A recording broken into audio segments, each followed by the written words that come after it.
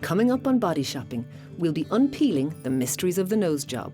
But first, back to 30-year-old Ger Newman, who has an early morning start on the day of his hair transplant at Hair Restoration Blackrock. Before any practical work can be carried out, the large medical team who will be involved gather for their pre-op briefing. Okay, good morning, everybody.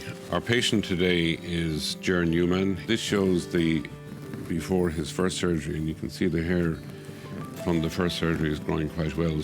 So today we're going to attempt to transplant 2,500 grafts from this line here, moving forwards.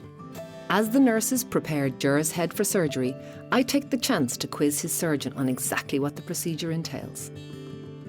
So Maurice, you're going to take hair from the back of Ger's head and put it on the top of Ger's head, is that right? That's correct, yeah. It's been found many years ago, in fact, that when men go bald, they keep a little horseshoe of hair around the back and sides, and that hair is permanent hair. It's unaffected by the balding process. The DNA of that hair is different. And when it's relocated to another part of the scalp, then it'll grow there permanently. It's an incredibly technical procedure. So how much on average does a hair transplant cost then? It's a very, very costly process to do it. We charge €10 per graft that we transplant, and as I say, there's 2 hairs in each follicle, so that would work out at roughly €5 per hair that's transplanted. And the money is very, very relevant. But if you're going to do it, you do it properly. Otherwise, accept your hair loss, trim it, or don't get a wig and don't develop a comb over. They're horrible. But please don't have a bad hair transplant. If a man is bald, he may not like it, but he's totally acceptable socially. Whereas if he has a bad hair transplant that hasn't been executed properly or designed properly, it's an unmitigated disaster. Ger, the nurses have just started the local anaesthetic on the sides. You feel a tiny little sting initially, and then you really shouldn't feel any pain at all. A lot of patients will actually have a little snooze during this.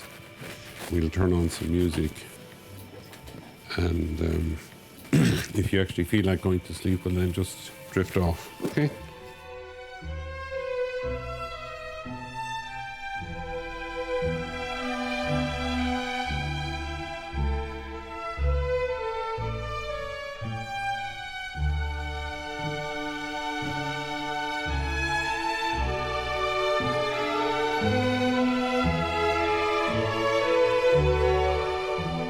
Nice and comfortable there, Jerry, yeah? Everything's proceeding really well.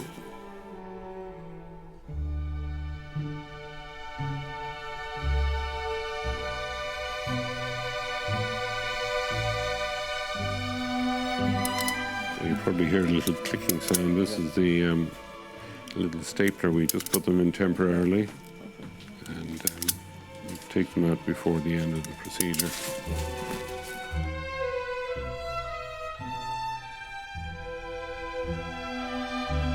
We're just putting in the last stitch on this side now, and it's looking absolutely perfect, so the hair will grow well.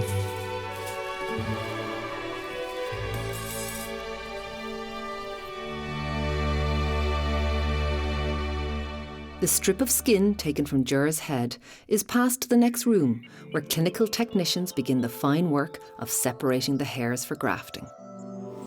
I am dividing this up into small little strips of single hair follicular units, and it's just like slicing ham, but in a more delicate manner.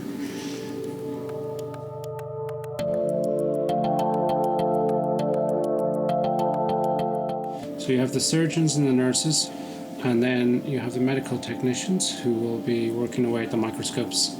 And for one patient, we would have approximately 12 to 16 microscopes at work at one time.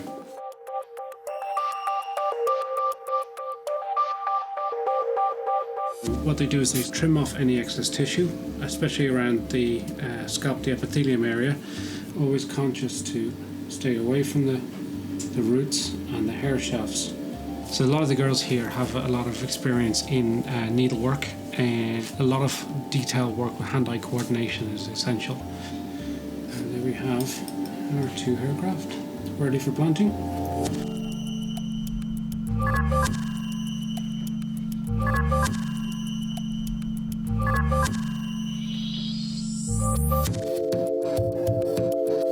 make approximately 30 incisions here. Each hair will slot into one of those little holes.